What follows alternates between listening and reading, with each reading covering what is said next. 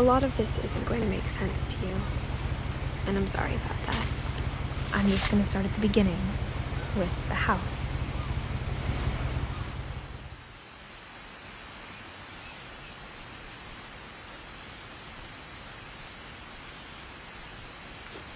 Someone had put up a chain-link fence, but it looked like I wasn't the first person to hop it.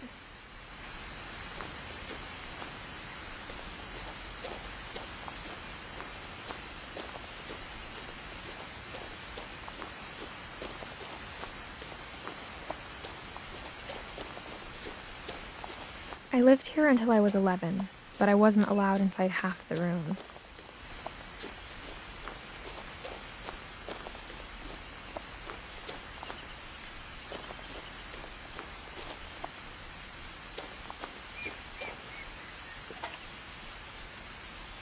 Inside the mailbox were bills from 7 years ago, marked urgent, open immediately.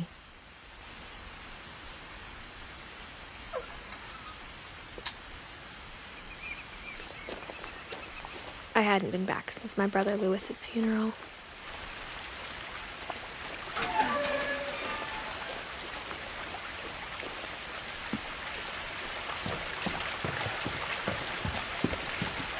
In her will, my mother left me a key, but didn't tell me what it unlocked.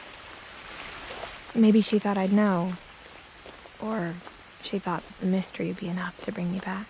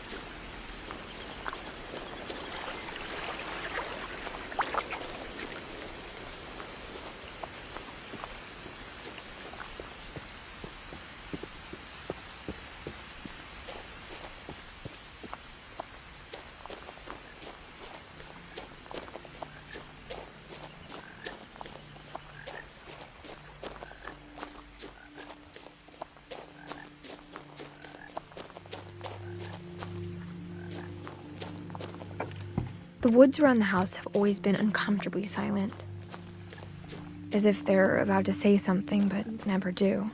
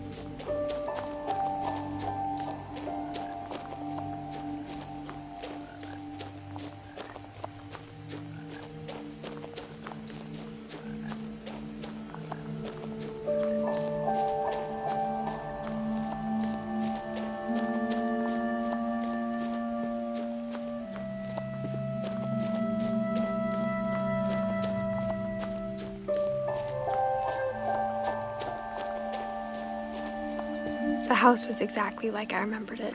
the way I'd been dreaming about it.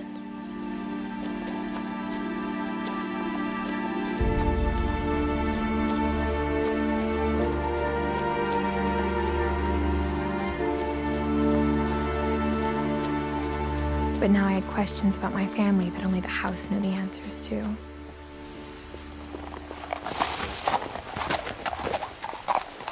The truth is, even after I inherited the house, I never thought I'd come back to it.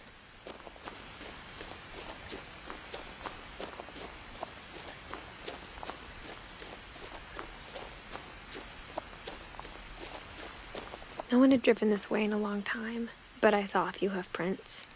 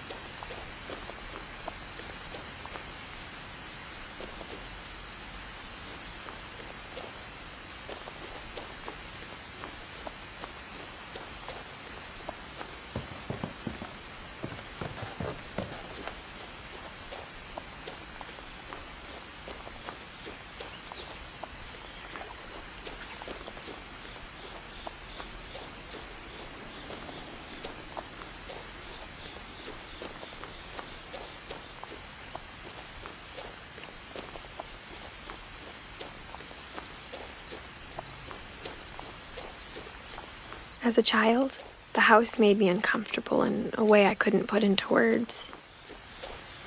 Now, as a 17-year-old, I knew exactly what those words were. I was afraid of the house.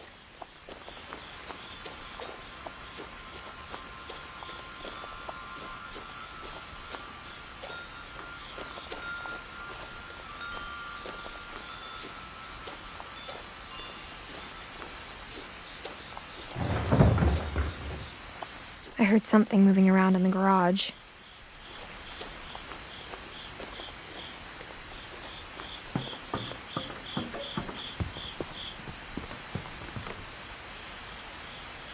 I hoped the key might unlock the front door. It didn't.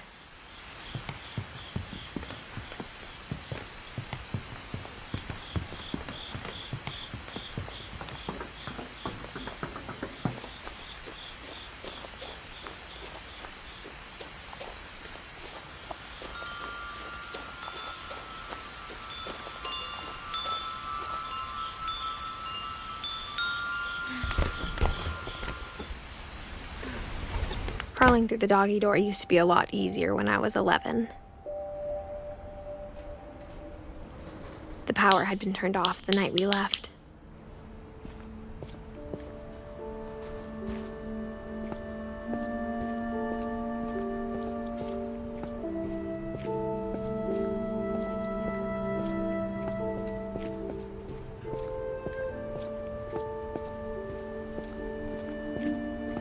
For the first time in years, I felt like I was home. But instead of a family, there were just memories of one.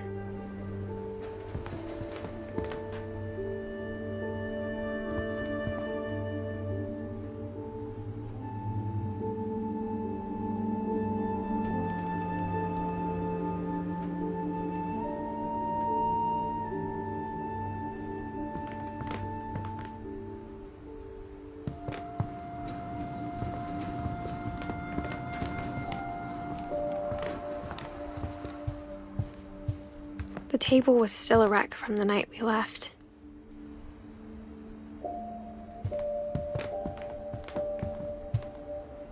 It was like a bomb had gone off, killing everyone but sparing the furniture.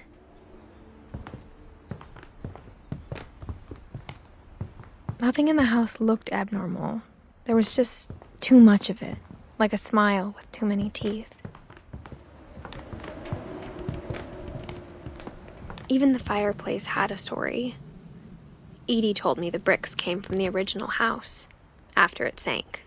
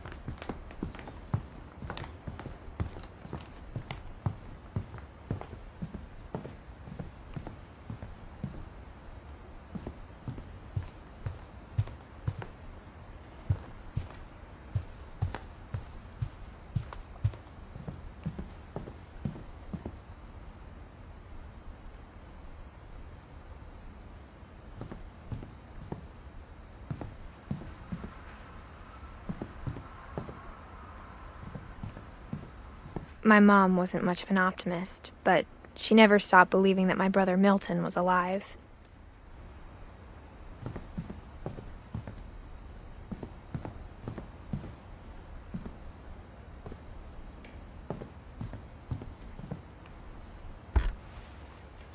Edie told me once that every Finch who ever lived is buried somewhere in the library.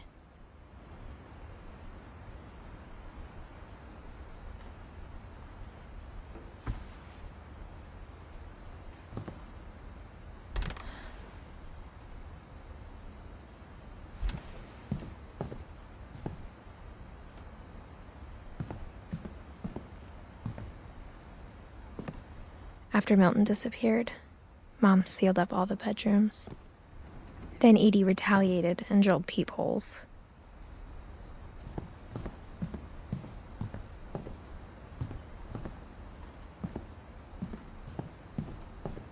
I spent a lot of time playing in Great Uncle Walter's room. I think my mom sometimes regretted not sealing it up.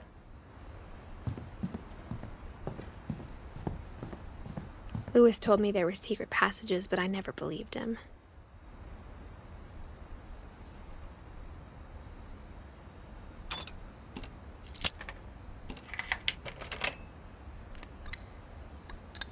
Turns out, my mom was really good at keeping secrets.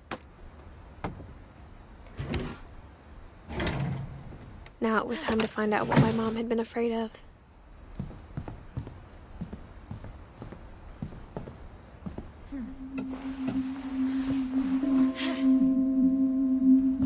From the paintings on the wall, it was clear my brother Milton had been here before me.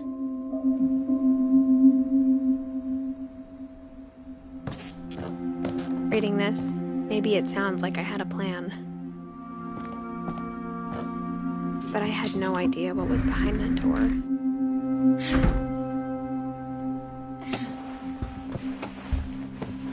Just like I had no idea where all this was gonna lead. I grew up looking at Molly's room through the peephole.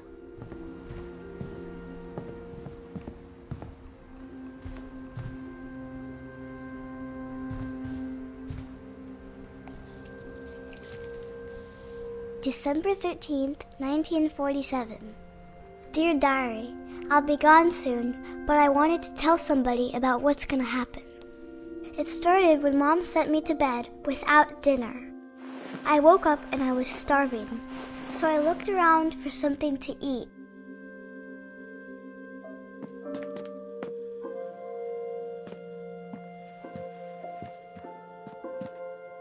The gerbil food was dry, but I didn't mind it.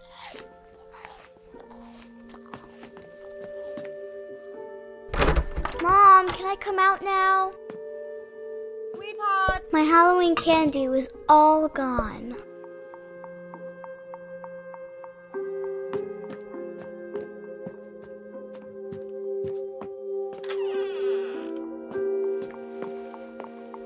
I kept eating and eating.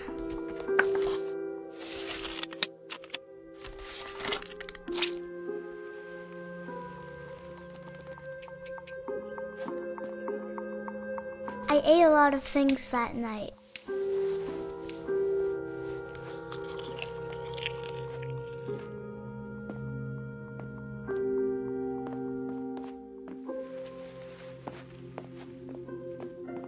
Then I heard chirping outside my window.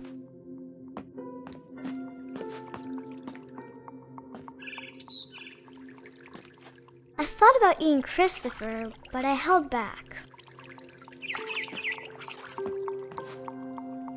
It was a barn swallow going back to her nest.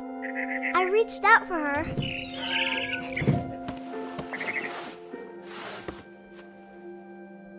And suddenly, I was a cat.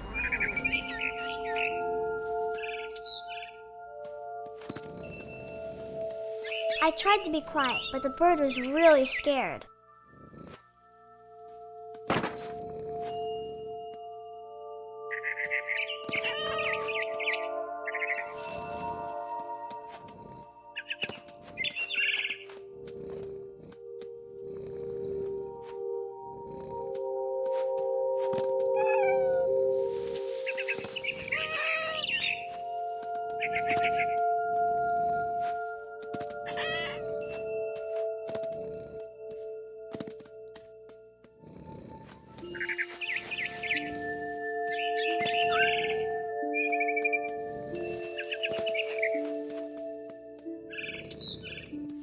I jumped and I almost got her.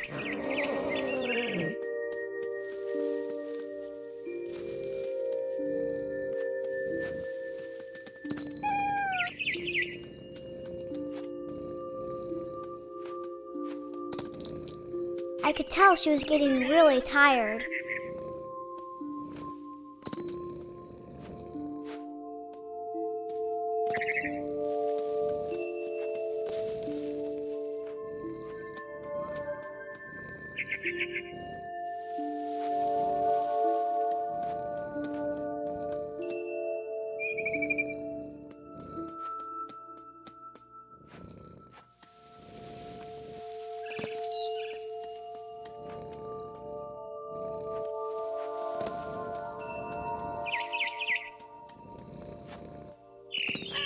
Now I was up in the big tree. I promised Dad I wouldn't climb it anymore. All I cared about was eating that mama bird.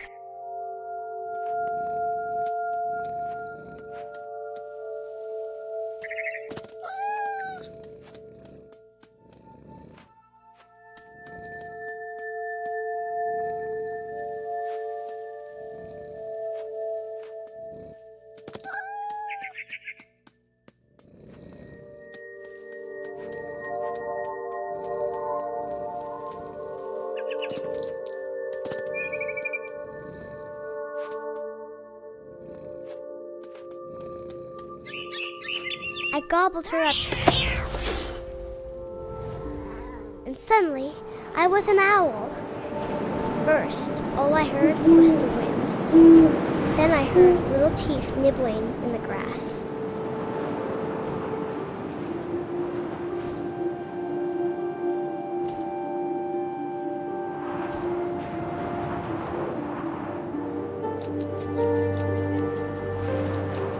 Rabbits.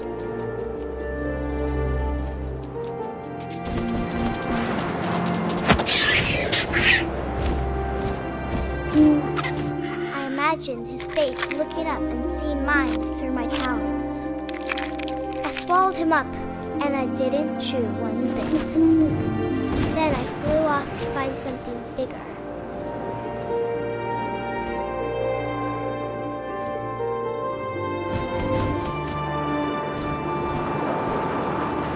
A mama rabbit.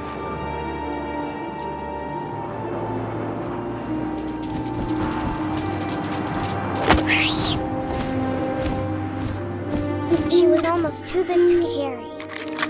I started choking, but I couldn't stop eating. And suddenly, I was a shark.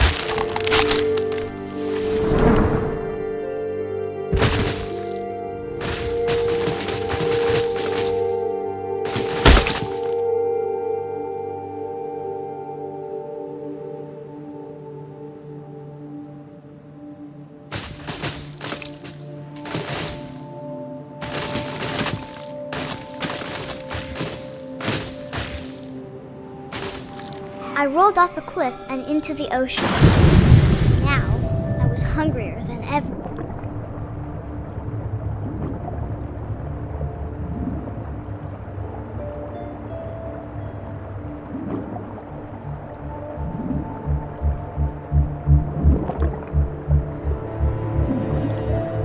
I wanted fat, juicy seals.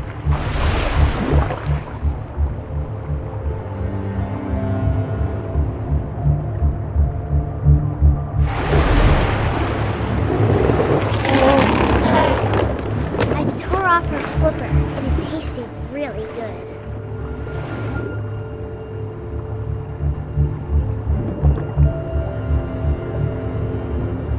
Grabbed on tight.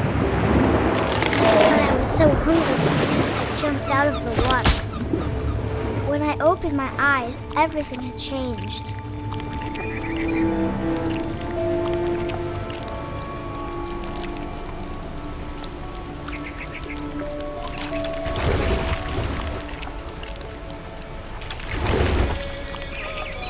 Now I was a monster, and I smelled people everywhere.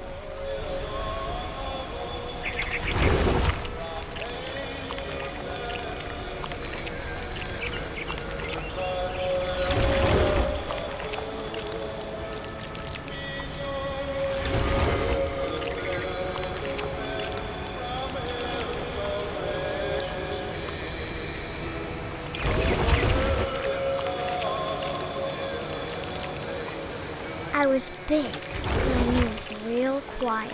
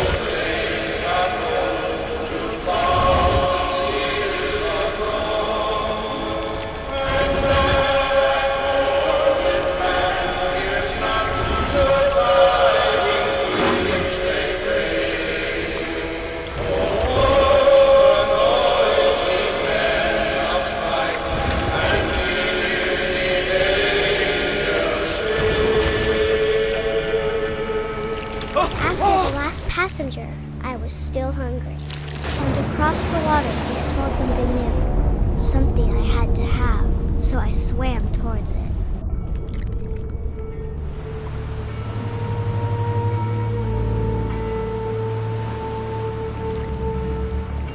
I slithered onto the sand, and the good smell went into an old pipe.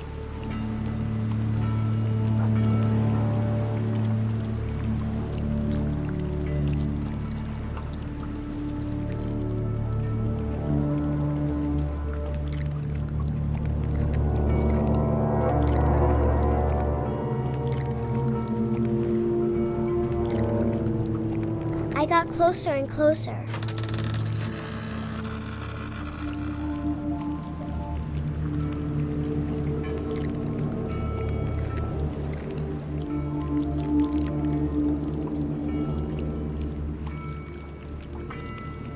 All of my stomach started growling.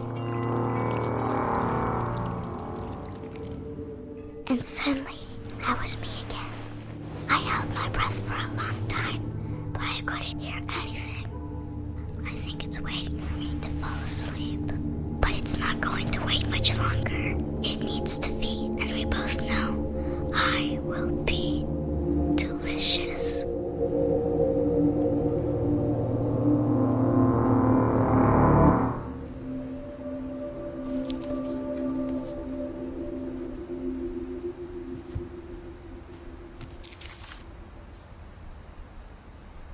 I'm not sure if I believed all of that, but I'm sure Edie would have.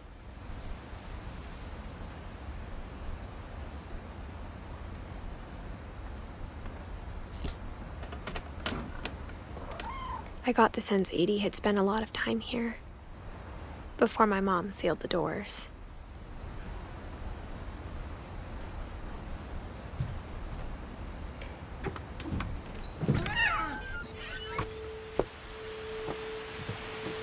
This will be obvious later, but my mom never told me any of these stories.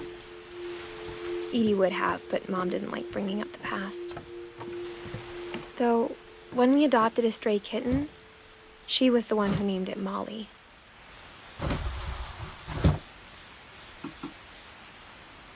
I spent a lot of time in Great-Grandma Edie's room. Even in her 90s, sometimes Edie seemed a lot younger than my mother. Her room was like a museum.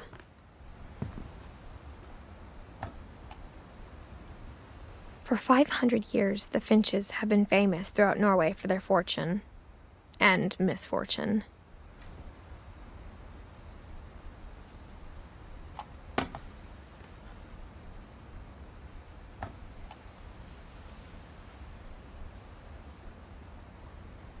Odin Finch buries the latest victims of the family curse, his wife Ingeborg and their newborn son, Johan.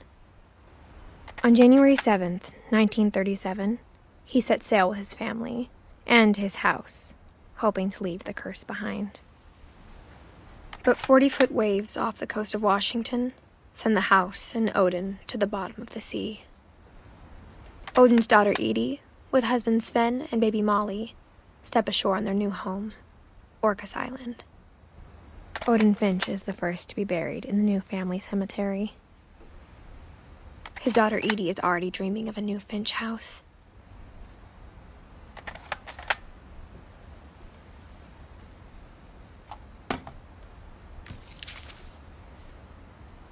Whatever's wrong with this family, it goes back a long ways.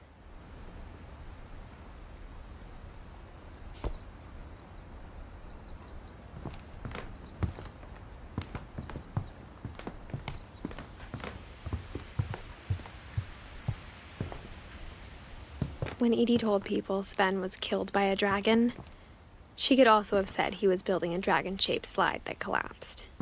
She could have, but she didn't.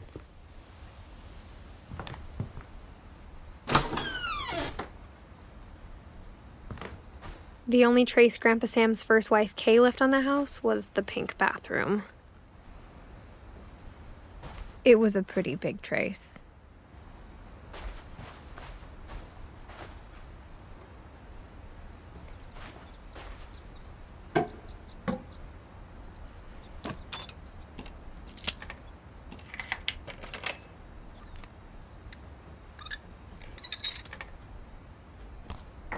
There's a secret in this bathroom.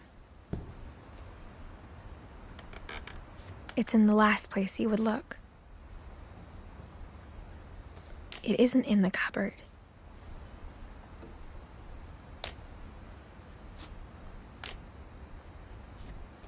It's hidden in this book.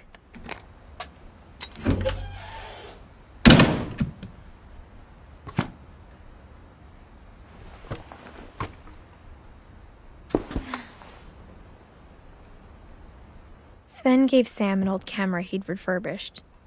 He never put it down.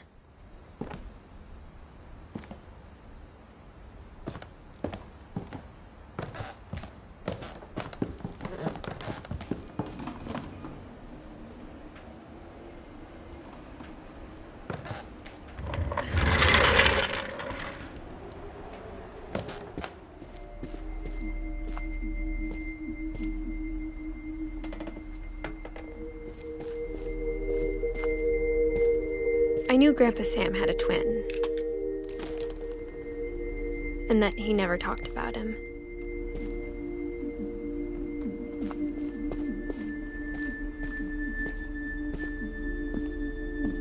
I guess my grandpa didn't like history any more than my mom did.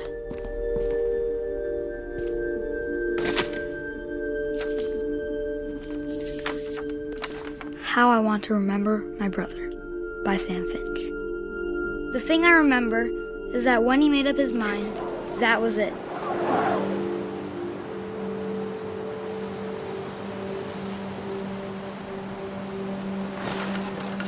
My brother said he'd die before he ate another mushroom, and he did. At Barbara's funeral, we swore we'd never be afraid again, and he wasn't. I think Calvin always wanted to fly.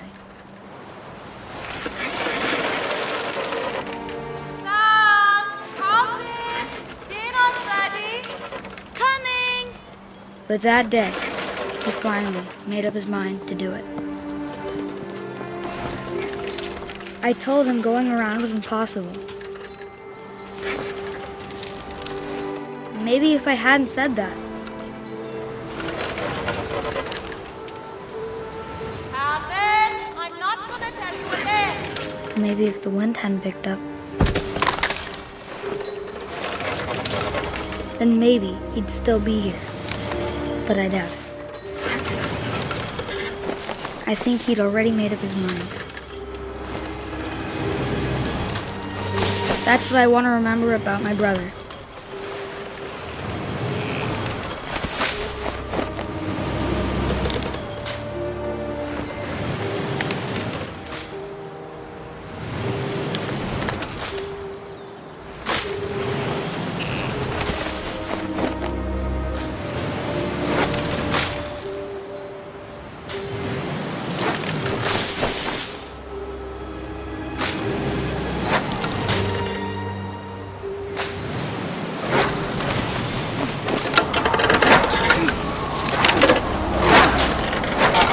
The day he made up his mind to fly. And he did.